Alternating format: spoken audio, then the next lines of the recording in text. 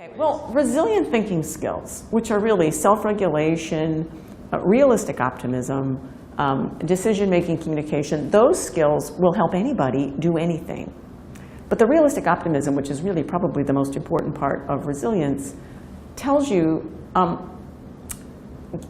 gives you confidence that it's worth trying. If you're a pessimist and you think to yourself, even if I go for this job interview, I won't get it, then you wouldn't go. Now that's true if you're a guy who asks a girl for, if you're trying to convince yourself to ask some girl for a date. And if you tell yourself, I'm a pessimist, even if I ask her, she won't go, then you don't ask. Well, you know, the girl doesn't have a chance to say yes, just like the guy doesn't have a chance to hire you if you don't go try. And so I think the resilience thinking skills do things. It also teaches you that problems are discrete.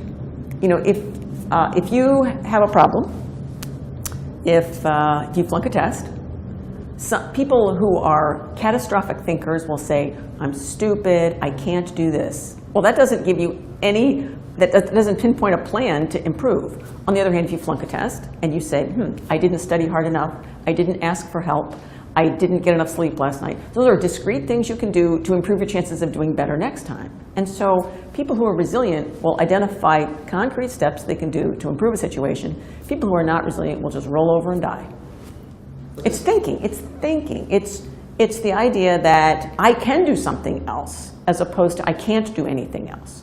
Now, you may not know how to do it yet, but you can learn. But if you're not resilient, you don't even believe you can do something different, so you don't even try. Resilient thinking skills, whether it's decision-making, self-regulation, how to do optimistic thinking better, those are skills that everybody can use and will make everybody's life better. Now, certainly, if you instill those skills in somebody who's 15, they'll have another 65 or 70 years to benefit. If you instill them in somebody who's 75, they will have fewer years to benefit. But the skills are just as valuable in that person's life for as long as they live it, regardless of your age. It's also true that it's probably easier to teach younger people because they haven't practiced doing things in one way for so long. And so they're a little more plastic. But we've shown, at least in the military, that you can teach people whether they're under 15, under 25, over 25.